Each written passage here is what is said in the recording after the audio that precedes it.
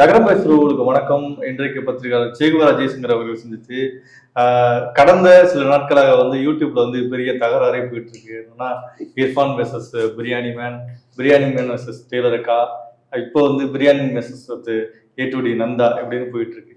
இந்த விவகாரங்கள் குறித்து பேச போறோம். சரவணன், அரசியல்ல நிறைய நம்ம பேசுவோம். ஆனா அரசியலை தாண்டி இன்னொரு ஓட்டம் இருக்குன்னா இது போல யூடியூபர்ஸ் பேசுற இந்த ரோஸ்ட் பண்றது, ட்ரோல் பண்றது அப்படின்னு சொல்லிட்டு இப்ப சமீப காலமா இந்த பிரியாணி மேன்ங்கிற பேர் அடிபட்டு இருக்கு, பார்த்துருப்பீங்க. இந்த நிகழ்வெல்லாம் நீங்க இந்த இந்த சம்பவங்கள் எல்லாம் எப்படி பாக்குறீங்க? இல்ல இது என்னன்னா ஒரு பிராண்ட் சார், ஒரு பிராண்டை உருவாக்கி அந்த பிராண்டு மேல ஒரு பிராண்டை உருவாக்கிறாங்க, அவங்களே உருவாக்கிறாங்க. அதுக்கப்புறம் அந்த பிராண்டை பார்த்தீங்கன்னா வியாபாரத்துக்கு ஈடுபடுத்துற மாதிரி நான் பாக்குறேன். யூடியூபர்ஸ் பொதுவாகவே ஒரு இப்போ இந்த மாதிரி ஒரு சேனல், இப்போ நம்ம நகரம் எடுத்துக்கங்க. இப்போ நகரம்ன்றது ஒரு நீண்ட காலமா எப்படி சினிமாவில் சொன்னா சினிமாவில் எப்படி ஏவிஎம் எப்படியோ அரசியல், இப்போ ஏவிஎம் படம் எடுக்கிறதே விட்டாங்க தான், ஒரு சீரியலோ ஏதோ ஒன்று எடுத்துருந்தாங்க, அதோட விட்டாங்க. ஆனால் ஏவிஎம்னா ஒரு பிராண்ட் இருக்கு. அந்த மாதிரி ஒரு சோசியல் மீடியாவில் ஒரு பிராண்டு, ரெட் பிக்ஸ்னா ஒரு பிராண்டு. நமக்கு ஏதோ பாரபட்சம் பேசுறோம். இது மாதிரி ஒரு பிராண்டா இருக்கிறது வேற. அந்த பிராண்ட்ல பல விதமான செய்திகள் வெளியிடுறாங்க. அது நிறைய இன்னும் பல சேனல் கூட நம்ம சொல்ல முடியும். இப்போ இவங்கெல்லாம் நீண்ட காலமா ஒரு சேனலை கிரியேட் பண்ணி அந்த சேனல் மூலமா செலிபிரிட்டி வர வைக்கிறாங்க. அது மூலமா வியூஸ் ஏதோ ஒரு பிசினஸ் நடக்குது. சரிங்களா? இது ஒண்ணு. தனிப்பட்ட முறையில ஒரு செல்வாக்க உருவாக்கிக்கிறாங்க. இண்டிவிஜுவலா ஒரு போன், ஒரு கேமரா முன்னாடி பேசி அவங்கள ஒரு செலிபிரிட்டியா கிரியேட் பண்ணிக்கிறாங்க, உருவாக்கிக்கிறாங்க. இப்ப நம்ம அப்படின்னு கேட்டா ஒரு மீடியா பேசி அது மூலமா ப்ராப்ளமா இருக்கு. ஆனா நம்ம பேசுறதுன்னா சமூகத்துல நடக்கிற பிரச்சனைகளை பிரதிபலிப்பு தான். இதுதான் ரொம்ப ரொம்ப முக்கியம். ஏன்னா சமூகத்தில் நடக்கிற விஷயங்களை நம்ம உண்மையான நிலையை எடுத்து வைக்கிறோம், பிரதிபலிக்கிறோம். அது சிலருக்கு பிடிக்கலாம், சிலர் பிடிக்காம போகலாம், சில பேர் ஏத்துக்கலாம், இல்லை ஏத்துக்காம போகலாம். ஆனால் ஒரு விஷயத்தை நம்ம முன்னாடி வைக்கிறோம். இதை பகுத்து பார்த்து அவங்க இவர் சரியா பேசுறாரு, இவர் தப்பா பேசுறாரு முடிவு பண்ணாங்க. அப்படிதான் நம்ம இருக்கோம். ஆனால் ஒரு செலிபிரிட்டியா தன்னை உருவாக்கிக்கிட்டு, தன்னை ஒரு பிராண்டா உருவாக்கிக்கிட்டு, அதுக்கு பிறகு இந்த சோசியல் மீடியாவை பாத்தீங்கன்னா அவங்க கைக்குள்ளேயே வந்துட்ட மாதிரி ஒரு ஃபீலிங்ல என்ன சொல்லி கேட்டா, அவங்க என்ன பேசுறாங்களோ அதுதான். அவங்க எதோ வேணாலும் ஆதரிச்சு பேசுவாங்க. அவங்களுக்கு தெரியாத விஷயமே கிடையாது. எந்த கண்டென்ட் கொடுத்தாலும் அவங்க பேசுவாங்க. அவங்க சொல்றதை மக்கள் நம்புவாங்க. ரிவ்யூவர்ஸ் எல்லாத்தையும் சேர்த்துறீங்க. இப்படி ஒண்ணு கிரியேட் ஆச்சு. இது ஆபத்தானது. ஒரு ஒரு ஜனநாயக நாட்டில் மீடியான்றது உங்களுக்கு நல்லா தெரியும். அது நான்காவது தூண் சொல்றாங்கல்ல. அந்த மீடியாவில் நாம சொல்லக்கூடியது அந்த மீடியா நம்மளை வழிநடத்தும். ஆனால் நாமளே மீடியாவை வழி நடத்துற மாதிரி சில பேர் எடுத்துக்கிறாங்க. நான் தான் மீடியா, நான் சொல்றது தான். நான் சொன்னா 1,00,000 பேர் பார்ப்பாங்க, நான் சொன்னா 2,00,000 பேர். இது ஒரு குறிப்பிட்ட துறைன்னு கிடையாது சார், எல்லா துறையிலும் இருக்காங்க. சினிமா நான் சொன்னா நீ ₹1,00,000 நீ கோடி ரூபாய் போட்டு படம் எடு. ஆனால் நான் அதை பார்த்து இது நல்லா இருக்கு அது நல்லா இல்லைன்னு சொன்னாதான் அந்த படத்தோட வேல்யூ, அது சக்சஸ், வெற்றி. அது மாதிரி அரசியலும் கிட்டத்தட்ட, வியாபாரம், தொழிலும் அப்படிதான். எல்லா செக்டார்லயும் உள்ள நுழைஞ்சி அதுக்கான செலிபிரிட்டின்ற அந்த பிரபலம்ன்ற பேர்ல, மீடியா பிரபலம் அப்படின்ற பேர்ல ஒரு சேனலை வச்சுக்கிட்டு அவங்க என்ன கேட்டா மீடியாவை வழி நடத்துறாங்க. மீடியாவையும் வழி நடத்துறாங்க. மீடியா தான் சார் நம்மள வழி நடத்தும். இல்ல இப்ப இதுல பிரியாணி மேன் ஃபர்ஸ்ட் இர்ஃபான் மேல குற்றச்சாட்டு. அந்த குற்றச்சாட்டுகள் சில பேர் உண்மைங்கிறாங்க, சில பேர் பொய்ங்கிறாங்க. அவரே மறுத்து, நானே ஒரு குறைஞ்சபட்சம் ஒரு 8 நேற்று பார்த்தேன். ஒரு 8 இவரது சைட்ல இருந்து ஒரு 4, இர்ஃபான் சைட்ல இருந்து ஒரு 3, அந்த சைட்ல இருந்து ஒரு 4 கூட பார்த்தேன். எனக்கு என்னவோ இந்த விஷயத்துல இவங்களுக்குள்ள இவங்களுக்குள்ளன்றதை விடன்னு கேட்டீங்கன்னா, பிரியாணி மேன் தான் இங்க என்ன செய்யறாரு கேட்டீங்கன்னா, இப்போ கண்டென்ட் கிரியேட் பண்ணது ஒண்ணு இருக்கு சார். இப்போ இர்ஃபான் பேசுறாரு வச்சுங்களேன், அவரு ஒரு விஷயத்த பத்தி பேசும்போது கேட்டீங்கன்னா, அதை மற்றவங்களை தாக்கி பேசுறது, தாக்காம பேசுறதுன்னு ஒண்ணு இருக்கு. சரிங்களா? ஆனா அவர் எடுக்கிற கண்டென்ட் பாத்தீங்கன்னா ஓன் கண்டென்ட்டா இருக்கணும். இவரு ஓன் கண்டென்ட்டா அது எதை பத்தி வேணாலும் இருக்கலாம். இன்னைக்கு ஒரு பிசினஸை பத்தி பேசலாம், அல்லது இன்னொரு நாள் பாத்தீங்கன்னா சினிமா பத்தி பேசலாம், இல்லை எப்படி வேணா இருக்கலாம். மதன் கௌரி எடுத்துக்கிட்டீங்கன்னு வச்சுக்கோங்க, அவர் பல விதமான விஷயங்கள் எடுத்து பேசுவார். அரசியலும் பேசுவாரு, பொதுவான ஒரு விஷயம் பேசுவாரு, எல்லா விஷயத்தையும் பேசுவாரு. அந்த மாதிரி அவரும் கிட்டத்தட்ட இவங்கள மாதிரி தான் வச்சுக்கோங்க. ஒரு இடத்துல எங்கேயாவது ஒருத்தர் ஸ்லிப் ஆனாக்கா அவங்க போட்டு அடி அடிக்கிறதும் பார்த்துருப்போம். இப்போ மோடி ஒரு தடவை பேசிட்டு பிஜேபிக்கு ஆதரவா பேசுற மாதிரி பேசிட்டு அடி அடிச்சாங்க மதன் கௌரி. இது மாதிரி கேட்டா சில நேரங்களா அது மாதிரி நடக்குது உண்டு. ஆனால் பிரியாணி மேன் அவருடைய அந்த கண்டென்ட் வரிசையா நான் பார்க்கும்போது அவர் குறி வச்சு எடுக்கிறது யாரை எடுக்கிறாருன்னு கேட்டீங்கன்னா இதே மாதிரியான மீடியால செலிபிரிட்டியா இருக்கிறவங்க பிரபலமா இருக்கிறவங்கள தான் அவர் சூஸ் பண்ணி எடுக்கிறார். நான் பாக்குறேன் அதை இர்ஃபானை எடுத்தாரு. இர்ஃபான் எடுத்த பிறகு அதுக்கப்புறம் வந்து பார்த்தீங்கன்னா டெய்லர் அக்கா எடுக்கிறாரு. இன்னும் அவரு பல பேர் இன்னும் நம்ம கடந்து போய் பார்த்தா தெரியும், நிறைய வீடியோக்கள் இருக்கலாம்.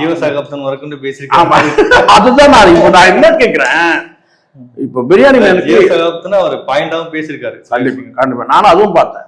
இப்போ ஜீவ சகாப்தன் வந்து நான் பாக்குறேன் அந்த கேட்டா அவரும் பேசுவாரு. அதுக்கப்புறம் சில மீடியா பர்சன் கூட நம்மளை கூப்பிடலன்றதுனால நம்ம பண்ண முடியாது. பட் எங்கேயும் வந்து பார்த்தீங்கன்னா ஒருத்தர் கார்னர் பண்ணி அடிச்சு காலி பண்ணிடணும் அப்படின்ற அந்த எண்ணம் ஜீவா கிட்ட நான் இது வரைக்கும் நான் பார்க்கல. அந்த மாதிரி எனக்கு அறிமுகம் இல்லைதான். ஆனால் அவர் எடுத்து பேசக்கூடியது வந்து கேட்டீங்கன்னா ஒரு சார்பு நிலை கூட இருக்கும். ஒரு லெப்ட் இந்த பையன் அதான் மீடியால பிரபலமானவங்களை பேசுறது. பிரபலமான பேசும்போது பார்த்தீங்கன்னா ஆமா ஜீவசகாப்தமும் பேசியிருக்காரு. என்ன நோக்கம் புரியுங்களா? இப்ப ஜீவாவா இருக்கட்டும் அல்லது இர்ஃபானா இருக்கட்டும், அதுக்கப்புறம் இந்த டெய்லர் அக்கா இவங்களாம் இருக்கட்டும். ஸோ இவங்க எல்லாமே வந்து பார்த்தீங்கன்னா ஒரு என்னன்னா நிறைய வியூவர்ஸ் வச்சிருக்கிறவங்க, சப்ஸ்கிரைபர் நிறைய வச்சிருக்கவங்கள சூஸ் பண்றாரு. இப்ப நாளைக்கு இப்ப ஏன் நம்மளாம் வரலன்னா நம்மளாம் 1 லட்சத்தை கிராஸ் பண்ணல, இல்ல 2 லட்சத்தை கிராஸ் பண்ணல. ஒரு அது கூட குறிப்பா நான் இன்னொன்னு சொல்றேன்னு கேட்டீங்கன்னா இப்ப இந்த மாதிரியான செலிபிரிட்டிக்கெல்லாம் பிரச்சனை கிடையாது. இப்போ தமிழா பாண்டியன் இருக்காரு, நான் இருக்கிறேன், இன்னும் சில பேர் இருக்கிறாங்க, அவங்களாம் பிரச்சனை இல்லை. இங்க அவர் சூஸ் பண்ணது நல்லா கவனிங்க. அவர் சூஸ் பண்ணது எல்லாமே தனக்கான ஒரு சேனல் வச்சுட்டு சப்ஸ்கிரைபர் நிறைய லேக்ஸ் கணக்கில் வச்சிருக்கிறவங்கள தான் சூஸ் பண்றாரு பிரியாணி மேன். அப்ப என்ன அந்த வருஷம் தான் இவங்க எல்லாருமே இர்ஃபான், ஜீவ சகாப்தம், டெய்லர் அக்கா இன்னும் வந்து எல்லாம் வராங்க. அப்போ நோக்கம் என்ன இவருக்கு? சரி அதுக்குள்ள போறாருல்ல, யாரையோ இர்ஃபானையோ ஜீவ சகாப்தமோ டெய்லர் உள்ள போய் அந்த அவங்கள வந்து ஏதோ ஒரு பாயிண்ட் அவுட்ல பிடிக்கணும்னு நினைக்கிறாருல்ல. ஆமா, அதையாவது உருப்படியா செஞ்சீங்க, அதையாவது உருப்படியா செய்யணும் சார். இங்க யாருக்குமே இர்ஃபானுடைய அந்த விஷயத்துல வந்து மாறுபட்ட கருத்து இருக்கவே முடியாது. ஒரு விபத்து நடந்திருக்கு. அந்த விபத்துல வந்து ஒரு பாட்டி ஒரு வயதாரமா இறந்துட்டாங்க. இது யாரும் வந்து சரியானதுன்னு நம்ம சொல்ல. அவருக்கு ஒரு பரவலான ஒரு பொது கருத்து இருக்கு. அதுவும் இந்த பிரியாணி மேன் பேசின பிறகு இன்னும் கூட அது வெளியே வந்துடுச்சு. நல்லா இன்னும் தெரியாதவங்க கூட நிறைய பேர் தெரிஞ்சிருக்கு. அங்க என்ன தெரிஞ்சுங்கன்னா இந்த மாதிரி ஒரு வயதானவங்க இறந்துட்டாங்க. அந்த இடத்துல வந்து அவர் வந்து 20 நிமிஷம் கூட இல்லைன்றத மாதிரி ஒரு செய்தி இருக்கு. ஆனா அதை வந்து இன்னும் கொஞ்சம் கன்ஃபார்ம் பண்றாரு. நான் ஒரு 1/4 மணி நேரம் தான் அங்க இருந்தேன்னு சொல்றாரு. அவர் 5 நிமிஷம் கம்மி பண்ணிட்டாரு. யார்? இர்ஃபானே ஒரு 5 நிமிஷம் கம்மி பண்ணிட்டு. எதுக்கு நான் என்ன சொன்னேன், 1/4 மணி நேரம் இருக்கிறார், 1/2 மணி நேரம் இருக்கிறார். ஆனால் ஒரு பொதுவான ஒரு பார்வைன்னு ஒண்ணு இருக்கு. அந்த பார்வையில இருந்து யாரும் தப்பி பிரியாணி மேன் சொன்னாதான் கிடையாது. சொல்லலாம் கூட ஒரு பொதுவான 10 பேர் தெரிஞ்சாலும் அது உண்மைதான். என்னன்னு கேட்டா இந்த விபத்துக்கு காரணம் இவர் தான் அப்படின்ற மாதிரி சொல்றாங்க. ஆனா அந்த ஸ்பாட்ல என்ன நடந்ததுன்றது நம்ம பார்க்கவே இல்லை. அந்த ஸ்பாட்ல அந்த பாட்டி குறுக்க வந்துட்டாங்களா இல்ல இவர் பண்ணா, இது வந்து பாத்தீங்கன்னா வெளியே தெரியாம போயிடுச்சு. அந்த வழக்கு என்ன ஆச்சுன்னு கூட தெரியும். இப்போ இவர் பேசின பிறகுதான் தெரியுது, பிரியாணி மேன் பேசின பிறகுதான் தெரியுது அந்த வழக்கு என்ன. இது ஒரு காரணம், நம்ம அதுக்குள்ள ரொம்ப போடலாம். இது ஒரு காரணம். இதை தாண்டி அவர் செய்யக்கூடிய அத்தனையுமே வந்து இர்ஃபான் வந்து ஒரு நடைபாதை கடையில வந்து சாப்பிட்றாரு, அது வந்து பொது சுகாதாரம் இல்லை அப்படிலாம் பேசுறாருல. இது வந்து இர்ஃபான் போய் சாப்பிட்டா அந்த கடையை மட்டும் சொல்லக்கூடாது. பொதுவாகவே வந்து நடைபாதை கடைகள்ல வந்து சுகாதாரம் இல்லைன்றது ஒரு பாயிண்ட் தான், நான் இல்லைன்னு சொல்ல. ஆனா கடைகள்லாம் எடுத்துட்டாங்களா? இன்னைக்கு நடந்துட்டு தான் இருக்கு. இன்னும் சொல்லப்போனா வந்து மொத்தமா நீங்க எடுத்தீங்கன்னா சென்னையில எடுத்துட்டீங்கன்னா வந்து பார்த்தீங்கன்னா வந்து லட்சக்கணக்கான ரூபாய் புழங்குற கடைகள்லாம் இருக்கு. அது நம்ம அதுக்குள்ள. ஆனால் இவர் வந்து போறாரு, சாப்பிட்றாரு. ஒரு செலிபிரிட்டி இருந்ததுனால கூட அந்த கடையில கூட கேட்பாங்க, சார் நான் எப்பவுமே எனக்கு இந்த நடைபாதை கடையில் சாப்பிடணும் தான் எனக்கு எண்ணம். பெரும்பாலும் சில நேரங்களில் வந்து ஒரு ஹோட்டல் போகிறோம், சில நேரங்களில் எங்கே கிடைக்குதோ அங்கே சாப்பிடணும்னா அதில் சுகாதாரம் இல்லைன்றது நம்ம ஒரு சுகாதாரமாக கடையை தேடி பார்த்து தான் அங்கே போய் சாப்பிட்றோம் வச்சுக்கோங்களேன். அப்படி மாதிரி கேட்டால் அந்த கடையில் சார் ஒரு ஃபோட்டோ எடுத்துக்கிறேன்னு சொல்கிறாங்கன்னு வச்சுக்கோங்களேன், எடுத்துக்கணும் தான் சொல்லுவேன். ஆட்டோ வரக்கூட சார் ஒரு ஃபோட்டோ எடுத்துட்டோம் சார், எடுத்துங்கன்னு தான் சொல்றோம். நம்ம ஒன்றும் பெரிய செலிபிரிட்டிலாம் கிடையாது, பிரபலம் கிடையாது. பார்த்துருப்போம். ஆமா, விஜய் சேதுபதி வந்து சாப்பிட்ட கடை, ஆமா அவர் வந்து சாப்பிட்ட கடை, அது மாதிரி சொல்லிட்டு வந்து இருக்காங்க. நமக்கு தான் ஓடி போய் ஒரு பிரபலமானவங்க கிட்ட நின்று போட்டோ எடுத்துக்கிறதுக்கு எனக்கு விருப்பம் கிடையாது. நான் இது வரைக்கும் அப்படி நான் மாட்டி வைக்கலாம், வீடு ஃபுல்லாக மாட்டி வைக்கலாம், அவ்வளோ இருக்கு. எனக்கு அந்த எண்ணமும் எனக்கு எப்பவுமே கிடையாது. நம்ம தலைவர்கள் கூட்டாலும் நம்ம போக மாட்டோம், உங்களுக்கு தெரியும்ல. அப்படி மாதிரி அவங்க வந்து கேட்டு எடுக்கிறாங்க. நம்ம என்ன காசா பணமா, நம்ம அஜித் குமாரா நம்ம கேமரா பிடிக்கிறதுக்கு அது பிடிக்கிறோம், எடுத்துக்கினா எடுத்துங்கன்னு சொல்லி சாப்பிட்டுருந்தோம். ஸோ இந்த மாதிரி வந்து அவர் போற போக்க ஒரு வார்த்தை சொல்றாரு. என்னன்னா இர்ஃபான் நான் சொல்றேன்னா இந்த கடை வந்து நல்லா இருக்கு, டேஸ்டா இருக்குன்னு ஏதோ சொல்லிட்டாரு. அது எப்படி நீ சொல்லுவ? அப்போ இதை நம்ம உற்று நோக்கிறோம்னு வச்சுக்கோங்களேன். அதே மாதிரி டெய்லர் அக்கா விஷயத்துல இந்த ஜிஎஸ்டி விஷயத்த சொல்றாரு. என்னன்னா ஜிஎஸ்டி அதில் வரவே இல்லை, அப்புறம் பார்த்தீங்கன்னா ரெசிப்ட்டுக்கு டிஃபரன்ஸ் இருக்குது கூட தெரியாம அவர் பேசுறாருன்னு அதை இன்னொரு மீடியாலாம் உடைக்கிறாங்க. ஸோ இப்படிலாம் பார்க்கும்போது என்னன்னா இவரு உளவியலா கொஞ்சம் இப்ப நம்ம பேச வந்ததே அதுக்காக தான். அவர் நேற்று கிட்டத்தட்ட ஒரு 3 மணி நேரம் வீடியோ போட்டிருக்காரு. கடைசி நேரத்தில் வந்து தூக்கு மாட்டு தங்க போறேன் அப்படின்னு சொல்லி எல்லாம் பேசும்போது இது எங்க போகுது இந்த யூடியூப்? சார் நீங்க பாருங்க ஒரு விஷயம் நல்லா சொல்லுங்க. நீங்க ஒருத்தரை வந்து விமர்சிக்க ஆரம்பிச்சிட்டீங்கன்னா இன்னொருத்தர் வந்து உங்களை விமர்சனம் பண்ணுவாங்கல்ல. நீங்க விமர்சிக்கிறீங்க சார், நீங்க வந்து பெண்ணுன்னு பார்க்காம நீங்க வந்து விமர்சிக்கிறீங்க, அவங்களுடைய ஆடை பற்றி நீங்க பேசுறீங்க, ஆடை குறைப்புன்னு நீங்க சொல்றீங்க. இதெல்லாம் வந்து நீங்க இன்னொருத்தர் சொல்றீங்கன்னா உங்ககிட்ட இருக்க குறைய சொல்லுவாங்க சார். அதை நீங்க தாங்கிக்கணும்ல. நான் உடனே அதுக்கு நான் சூசைட் பண்ணி போறேன்னா அப்ப நீங்க இன்னொருத்தர் விஷயத்துல போகக்கூடாது. இப்ப நான் இருக்கிறேன் சார், நான் 2 பேர் 4 பேரை நான் விமர்சனம் பண்றேன்னா என்ன பண்ணக்கூடாதா? திருப்பி வருந்தான் பண்ணுவாங்க சார், பண்ணணும், பண்றதை நம்ம கேட்டுக்கணும் தான். அப்ப என்ன நீ விமர்சனம் பண்ற, நான் சூசைட் பண்ணிக்கிறேன்னா இது சிறுபலத்தனமா இல்லை? அப்போ உளவியல் பிரச்சனை உனக்கு இருக்கு. நீ முதல்ல ஒரு விஷயம் என்ன, இப்ப நான் வரேன் நானே ஒரு கண்டென்ட் கிரியேட் பண்றேன்னு வச்சுக்கலாம், முழுக்க முழுக்க அது நான் தான் பொறுப்பு. என்ன நடந்தாலும் நான் தான் பொறுப்பு. வேற டிஸ்கிளைமர் போடுறீங்கன்றது வேற விஷயம். உளவியலா நான் தான் காரணம். அதுக்கு எதனா பாதிப்பு உளவியலாவும் நான் தான் காரணம். நான் தான் கண்டென்ட் கிரியேட் பண்ணேன். இப்ப நீங்க ஒரு கண்டென்ட் சொல்றீங்க, ஒரு பொலிட்டிக்கலா ஒரு கேள்வி கேட்கறீங்க, அது பதில் சொல்றது வேற. ஆனா ஒரு கண்டென்ட்டை கிரியேட் பண்ணி நான் பேசுறேன்னா அதுக்கு நான் தானே பொறுப்பு. இன்னொருத்தருடைய மனசை வலிக்கிற மாதிரி நீங்க பேசுறீங்க, ஆனா பதிலுக்கு உங்களை ஏதாவது சொன்னாக்கா நான் சூசைட் பண்ணிப்பேன்னு சொன்னா எப்படி? அது நம்ம அப்படிதான் பாக்குறோம். ரெண்டாவது வீடியோ சரி, அது வீடியோல எப்படி பதிவாகுது? சூசைட் பண்ணிக்கிறவங்க யாரும் வந்து வீடியோலாம் ஆன் பண்ண மாட்டாங்க. எனக்கு தெரிஞ்சு அது சில இடங்கள்ல நடந்திருக்கு. உண்மையா எமோஷனல். இப்போ 2 நாளைக்கு முன்னாடி சார் என்ன பிரச்சனையோ தெரியல, ஏதோ ஒரு ப்ராப்ளம் உங்களுக்கு தெரியும். அந்த பிளேயர்ஸ் ஒருத்தர் கத்திபரால இருந்து அவன் பார்த்தோம். ஸோ தற்கொலை பண்ணிக்கிறதே ஒரு கோழத்தனம், சரிங்களா? அதுக்கு ஒரு தைரியம் வேணும்லாம் பேசுறாங்க. நான் அதுக்குள்ள போய் ரொம்ப போகல. ஆனா நான் சொல்றேன் கேட்டேன், இப்போ நான் என்ன எடுத்து நான் செத்து போனா 100 தடவை செத்து போயிருக்கேன் சார். சூசைட் பண்ணி செத்துனா 100 தடவை செத்துக்கலாம், 100 தடவைக்கு மேலேயே வரும் சூசைட் பண்ணி செத்துனா. ஆனா நம்ம இன்னைக்கு உறுதியா இருக்கணும். ஏன்னா நெருக்கடிகள், மன ரீதியா நெருக்கடிகள் வரும் சார். அப்போ நம்ம தோணும் தான் நம்ம எதுக்கு செத்துணும் சொல்லிட்டு. ஆனா இல்ல நம்ம பிறந்துட்டோம், நம்ம இயற்கையா தான் நம்ம மரணம் இருக்கணும், நம்ம இதுக்கெல்லாம் போய் செத்துடக்கூடாது அப்படின்னு ஒரு காரணம் மன ரீதியா வரும். இல்ல நம்மளை நம்பி ஒரு குடும்பம் இருக்கு, நம்மளை நம்பி பிள்ளைகள் இருக்கு, அந்த மாதிரி ஒரு கல்யாணம்லாம் ஆகிறதுக்கு முன்னாடி கேட்டா ஐயோ அம்மாவை யார் காப்பாற்று, நம்ம இறந்து போயிட்டோம்னா இப்படி வரும். அந்த மாதிரி சூசைட் பண்ணதுக்கு வெவ்வேறு காலகட்டங்கள்ல ஒரு காரணம் வரும் சூசைட் பண்ணிக்கிறதுக்கு. நீங்க ஊர்ல இருக்கவங்க அத்தனை பேரும் நோண்டிட்டு அப்போ நீங்க சூசைட் பண்ணீங்கன்னா இங்க எல்லாருக்கும் எல்லா கஷ்டமும் இருக்கா இல்லையா சார்? நீங்களே சொல்லுங்க. இங்க நார்மலா வாழறவனுக்கே கஷ்டமா இருக்கு, நீங்க அடுத்தவனை நோண்டுறீங்க. கரெக்டா நான் பேசுறது? நீங்க அடுத்தவனை போய் இர்ஃபானா இருக்கட்டும், அது ஜீவசகாப்தமா இருக்கட்டும், அல்லது டெய்லரக்கா இருக்கட்டும், எல்லாம் அவங்களுடைய வேலையை அவங்க செய்யறாங்க சார். இதுல நீ சரியா பண்ற அந்த பஞ்சாயத்துல நீங்க யாரும் பண்ண முடியாது. நீங்க ஸ்கேம் சொல்லுங்க, இந்த குறைகள் இருக்குன்னா அதையாவது ஒழுங்கா சொல்லணும், ஒழுங்கா செஞ்சிடணும், முழுமையா செஞ்சிடணும். நீங்க ஒரு விஷயம், இப்ப இர்ஃபான் விஷயத்துல நீங்க ஒரு விஷயம் சொல்றீங்க, அந்த வழக்கு அவர் இன்ஃபுளுன்ஸ்னால அவர் அதை இது பண்ணிட்டாருன்னு சொல்லிட்டு, இது பொதுமக்களுக்கு அந்த பார்வை இருக்கு, பொதுமக்களுக்கு பார்வை இருக்கு. ஆனா அதை தாண்டி அந்த இடத்துல என்ன நடந்துச்சு எனக்கு தெரிஞ்சு, ஒரு டிரான்ஸ்போர்ட் டிரைவர் சார், அவர் ரிட்டையர் ஆகிறதுக்கு 2 வருஷத்துக்கு முன்னாடி அவரை தூக்கி 10 வருஷம் ஜெயிலில் போட்டாங்க. ரிட்டையர் ஆகிறதுக்கு 2 வருஷம் முன்னாடி, 2 வருஷமா ஒரு 3 வருஷம் இருக்கு, அவ்வளோதான். என்னன்னு கேட்டீங்கன்னா, அவர் என்னைக்கோ பார்த்தீங்கன்னா ஒரு வயசான அம்மா இடிச்சிட்டார் வண்டியில, ஆயா செத்து போயிடுச்சு. லெஃப்ட்ல வரும்போது ஆயா குறுக்க வந்துடுச்சு, தெரியல. ஆனால் இறந்துட்டாங்க, வயசான அம்மா இறந்துட்டாங்க. அதுக்கப்புறம் வழக்கு ரொம்ப நாள் நடந்துச்சு, கிட்டத்தட்ட ஒரு 3 வருஷம் கன்ஃபார்ம் ஆயிடுச்சு. என்னன்னு கேட்டீங்கன்னா, கவர்மெண்ட் டிரான்ஸ்போர்ட் டிரைவர் 10 வருஷம் ஜெயில் கொடுத்து அனுப்பிச்சிட்டாங்க. கவர்மெண்ட் டிரைவர் லைசன்ஸை கேன்சல் பண்ணிட்டாங்க. ஜட்ஜ்மெண்ட் வந்துச்சு. அதுக்கப்புறம் அவர் அப்பீல் எல்லாம் போனார். அது போனாலும் நான் அது என்ன ஆச்சுன்னு தெரியல. நான் உள்ள ஜெயிலுக்கு போயிட்டேன். ஜெயிலில் யூனிஃபார்ம் கொடுத்து அனுப்பிட்டேன், உள்ள போயிட்டாங்க, உள்ள அனுப்பிச்சிட்டாங்க. எனக்கு தெரிஞ்ச வட்டாரம் அவர் என்னன்னா ஜெயிலில் தான் இருக்கிறாரு அவங்க சொன்னாங்க. அவங்க வீட்டில். அது மாதிரி எதுக்குன்னா, இது வந்து சட்டத்துக்கு உட்பட்டு ஒரு விபத்து நடந்துன்னா அது வந்து நம்ம என்னைக்கா இருந்தாலும் ஏதாவது அதுக்கு யார் காரணமோ அது தண்டிக்கப்படுவாங்க. அப்படியே இல்லைனாலும் இங்க எல்லாருமே நம்ம தான் வந்து இயற்கையை நேசிக்கிறோம், இயற்கையை நம்புறோம்.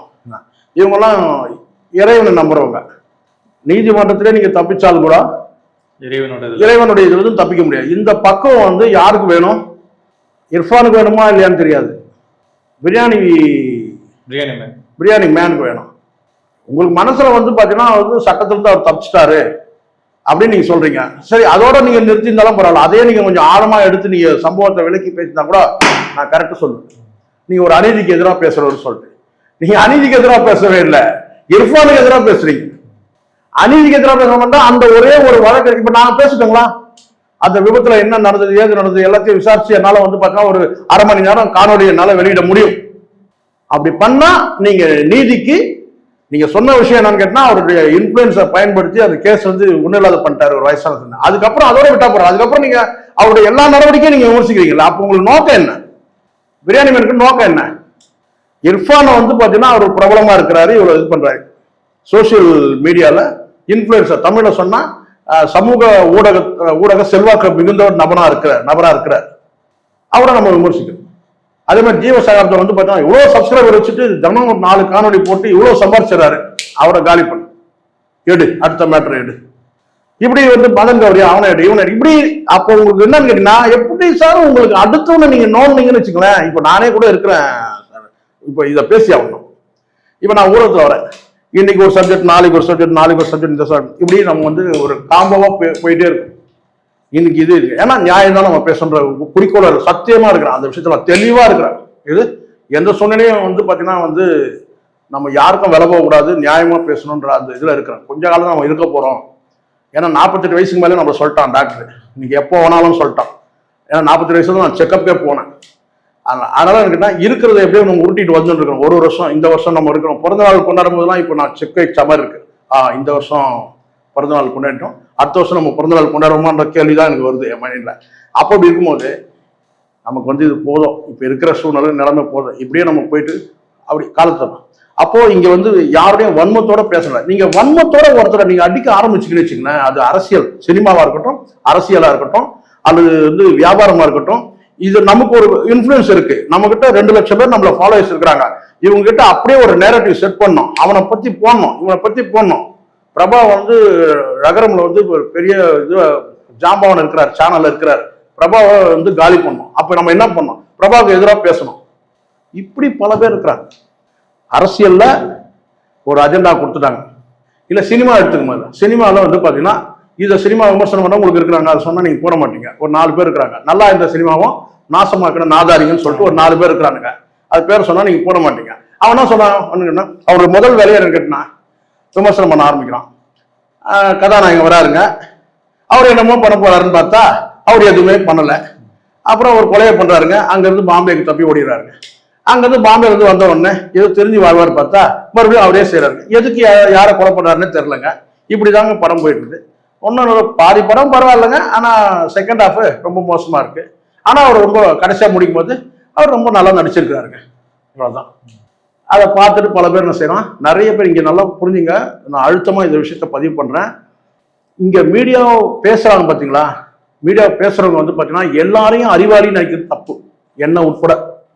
யாரு வந்து நினைக்கிறது தப்புன்னு சொல்ல கேட்டா, இந்த வியூஸ் பாக்குறாங்க பாத்தீங்களா, வியூவர்ஸ், இந்த வியூவர்ஸ் எல்லாரும் வந்து நான் எப்படி இருக்கிறான்னு கேட்டீங்கன்னா 3 அறிவு. இது தயவு செஞ்சு பதிவு பண்ண சொல்றது நான் தான், என் வீடியோ பார்க்கறதுனாலும் பரவாயில்ல. 3 அறிவு உள்ளவர் இருக்கான் வியூவர்ஸ்ல, 4 அறிவு உள்ளவர் இருக்கிறான், 5 அறிவு உள்ளவர் இருக்கிறான், 6 அறிவு உள்ளவர் இருக்கிறான், 7 அறிவு உள்ளவர் இருக்கிறான், 8 அறிவு உள்ளவர் இருக்கிறான். அந்த 8வது அறிவு உள்ளவங்க பார்த்துதான் நான் பேசிட்டு இருக்கிறேன். 8வது அறிவு இருக்கு பாத்தீங்களா, அவனை நினைச்சுதான் நான் பேசிட்டு இருக்கிறேன். ஏன்னா எனக்கு 6 தான், ஆனா அவனுக்கு 8. அப்ப நான் எவ்வளவு எச்சரிக்கையா பேசணும். ஆனா இங்க பல பேர் எப்படி நினைச்சோம், அப்படியே உள்டாம நினைச்சிருக்கான். யாருக்குமே ஒண்ணு தெரியாது. அவனுக்குலாம் என்ன அறிவு இருக்கு, நமக்கு தான் 8 அறிவு. நம்ம வீடியோ பாக்குறோம்னா 3 அறிவு, 4 அறிவு, 5 அறிவு, 6 அறிவு, 7 அறிவு, 8 அறிவு. யாருக்குமே ஒண்ணு தெரியாது. அதெல்லாம் தெரியவே தெரியாது. இவங்களாம் அறிவே கிடையாதுங்க இவனுக்கு. இவன் இந்த 8 அறிவு இல்லாதவங்க ஒண்ணு. அறிவு யாருக்கு இருக்கு? நமக்கு தான் இருக்கு. 8 அறிவு இருக்கு. நம்ம வீடியோவை பாக்குறவங்க அத்தனை பேருக்கும் கேட்டா அதிகபட்சம் போனா 6 கூட கிடையாது, 6 அறிவு தான், அதுக்கும் கீழே. அதுல 3 தான் ஸ்டார்ட் ஆகும். அப்படியாவது ஒரு எண்ணத்துல இருக்கும். ஆனா எனக்கு அப்படின்னா நான் தலைகீழ இருக்கு, அப்படியே இருக்கிற மாதிரி இருக்கிறேன். நான் என்ன கேட்டா நம்ம வீடியோ நமக்கு 6 அறிவு தான், அதுல எதுவும் டவுட் இல்லை, 6 அறிவு தான். ஆனா நம்ம வீடியோ பார்க்குறது 8 அறிவு இருக்கு. அப்போ நம்ம எவ்வளவு எச்சரிக்கையா பேசுவோம், இதுதான் சார். ஆனா நம்ம என்ன நினைக்கிறோம்னா, நம்ம கிட்ட வியூவர்ஸ் இருக்கிறாங்க, லட்சக்கணக்கான பேர் வியூவர்ஸ் இருக்காங்க, எதை போட்டாலும் நம்புவான், நான் என்ன பேசலாம் நம்புவான் அப்படின்னு இருக்குன்னா முதல்ல ஸ்டார்ட் பண்ணும்போது இப்படி இருக்கு. இப்போ சினிமா இப்படி நான் சொன்னேன், பொலிட்டிக்கல் எடுத்துக்கிட்டு வச்சுங்களேன். இப்போ உதாரணத்துக்கு இப்போ நான் ஒரு எக்ஸாம்பிள் நான் சொல்றேன், என்னையே நான் சொல்றேன். இப்போ நான் வந்து அண்ணாமலை பற்றி, அண்ணாமலைக்கு ஒன்றும் பெரிய அளவில் அரசியல் செல்வாக்கெல்லாம் இல்லை சார், பிஜேபிக்கு ஒன்றும் இங்கே செல்வாக்கு இல்லை. தமிழ்நாட்டை பொறுத்த திராவிட கட்சிகள் தான் 50-60 ஆண்டு காலம் இருக்கிறாங்க.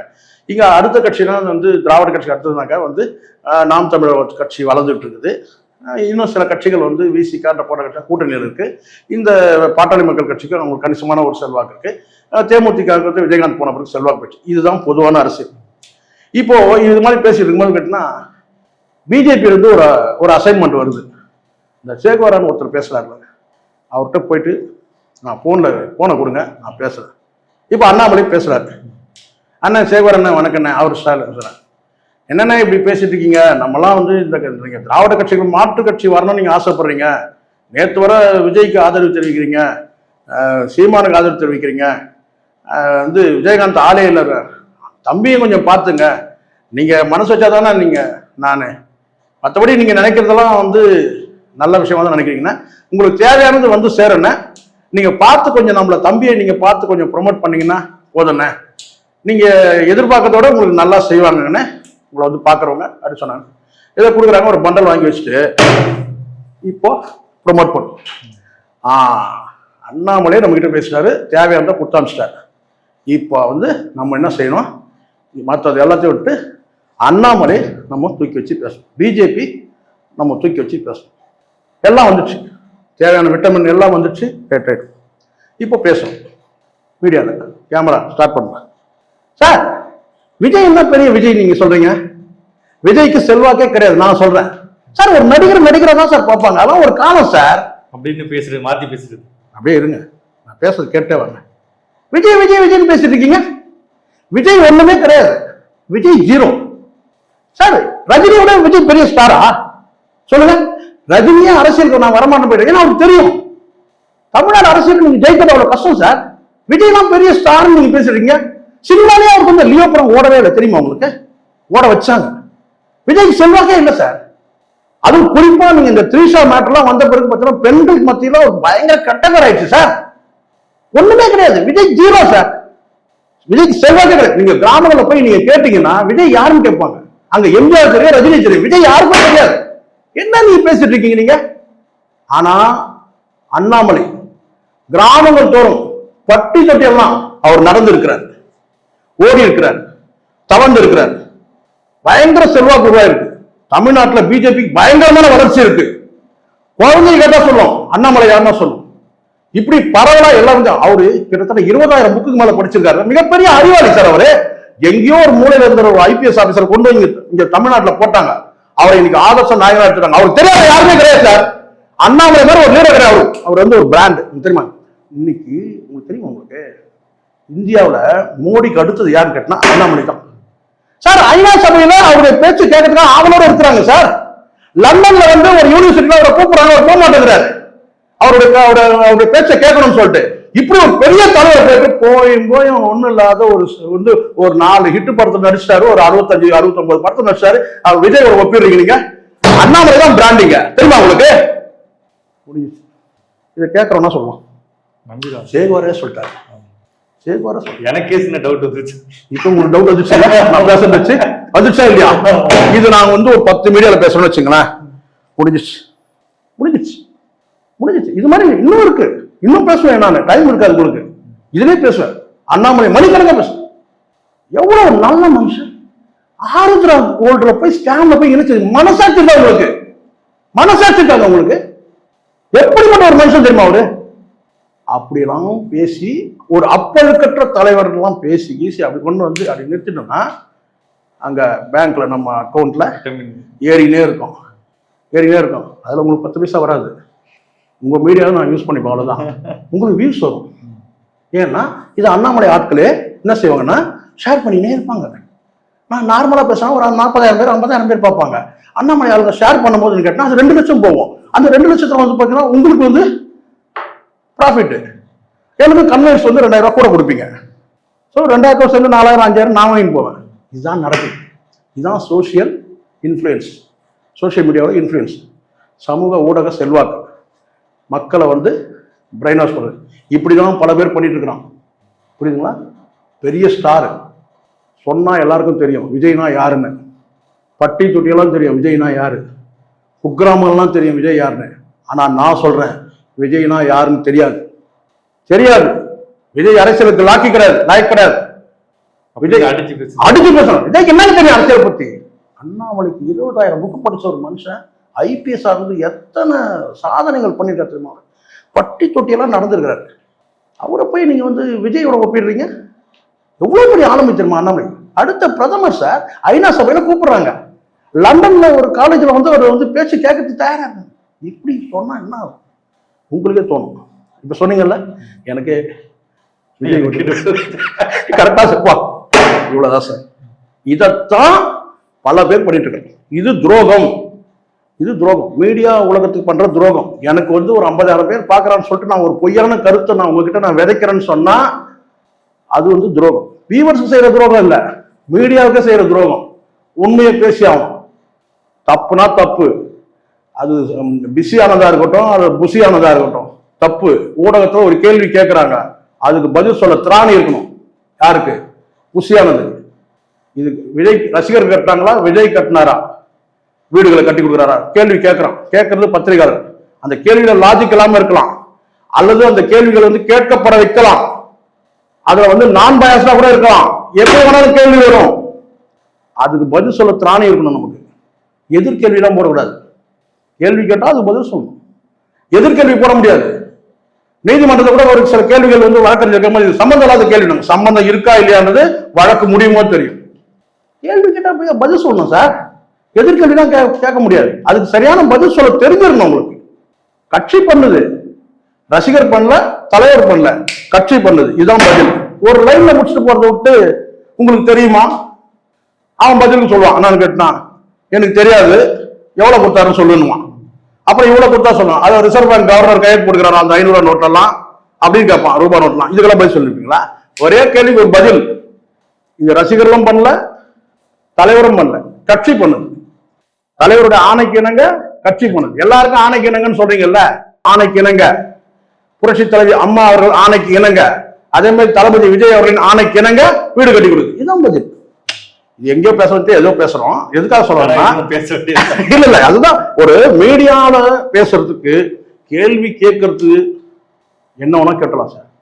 பதில் சொல்றது சரியா பதில் சொல்லணும். நீங்க ஒரு இப்ப பிரியாணி மேனுக்கே நான் வந்துடுறேன். நீங்க ஒருத்தரை கிரிட்டிசைஸ் பண்ண முடிவு பண்ணிட்டீங்கன்னா கரெக்டான எவிடன்ஸ் வச்சுக்கணும். தம்பியை நான் தப்பா சொல்ல, நீ கேட்ட கேள்வி எங்களால புரிஞ்சுக்க முடியுது இர்ஃபான் பத்தி. ஆனால் இர்ஃபானுடைய பதிலும் கொஞ்சம் ஆணவமா சில இடங்கள்ல இருக்குது. அதுவும் நல்லதுக்கு இல்லை. தம்பி இர்ஃபானுக்கும் நான் சொல்லிடுறேன், நேரம் காலம் ஒரே மாதிரி இருக்காது. நீங்களும் சமூக வலைதளத்துல ஒரு விமர்சனம் வைக்கப்படுதுன்னா அதுக்கு பொறுப்பான பதில் சொல்லணுமே தவிர எக்குத்தப்பான அவமரியாதையான பதில் சொல்ல தேவையில்லை. கரெக்டான பதில் சொல்லுங்க, அவ்வளவுதான், முடிஞ்சிச்சு. ஆனால் பிரியாணி மேனான்னு கேட்டீங்கன்னா பிரபலமானவர்களை சூஸ் பண்ணி அவங்களுக்கு ஒரு அஜெண்டா இருக்கு சார். இப்ப நானே சொல்றேன், இப்ப ஜீவாவுடைய வீடியோ நிறைய நான் பார்த்துருக்கிறேன். அவருடைய மைண்ட் செட்னா லெப்ட் பார்ட்டின்றது எல்லாரும் புரிஞ்சுக்க முடியுது. லெப்ட் அது திமுகவா, காங்கிரஸா, அல்லது சரி திமுகவா அல்லது வந்து கம்யூனிஸ்டா, அந்த பார்வையில். ஆனா லெப்ட் அவருடைய பேட்டி எடுக்கிற நபர்கள் இதெல்லாம் பார்த்தா லெப்ட்ன்றது நமக்கு தெரிய வருது. அப்போ நீங்க இங்க எல்லாருக்கும் ஒரு குறிக்கோள், ஒரு லட்சியம், ஒரு பாதை எல்லாமே இருக்கு. நீங்க வந்து தேவையில்லாம குறுக்க வராதீங்கன்ற. நீங்க குறுக்க வாங்க, அதுல ஏதாவது ஒரு லாஜிக் இருக்கு. நீங்க சூஸ் பண்ணி நீங்க யாரெல்லாம் பிரபலமா இருக்காங்களோ அவங்களெல்லாம் நம்ம கார்னர் பண்ணணும்னு நினைச்சா உங்களுக்கு மன உளைச்சல். இப்ப நான் பேசுறேன், இவ்வளவு நேரம் பேசுறேன், எனக்கு எந்த பிரச்சனையும் இல்லை, நான் போயிடுவேன். ஆனா நான் பேசுறேன் பாத்தீங்களா, ஒரு இடத்துல அமௌண்ட் வாங்கிக்கின்னு அவருக்கு அடிச்சு பேசுறேன், ஐயோ விஜய் ரசிகர்களுக்கு எதிராக பேசிட்டேன், ஏன்னா வழியில பாட்டு பொழப்பானுங்களா நம்மள, அப்படி ஒரு எண்ணம் வந்துடும். அப்படிதான் ஒரு தலைவர் பேசினார். விஜய் ரசிகர்ல வந்து கூத்தாடின்னு சொல்லிட்டாரு, விஜய் கூத்தாடிட்டாரு, விஜய் ரசிகர்கள் எல்லாம் சொல்லிட்டு சென்றாரு. என்னை விஜய் ரசிகர்கள் என்னை வழியில் என்னை தாக்கலாம்.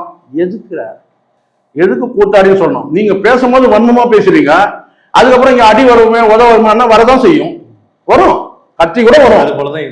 அதுதான் இதுவும் நீங்க என்ன விதைக்கிறீங்க அதெல்லாம் சார் முளைக்கும். நீங்க எதுக்கு வன்மமா பேசுறீங்க?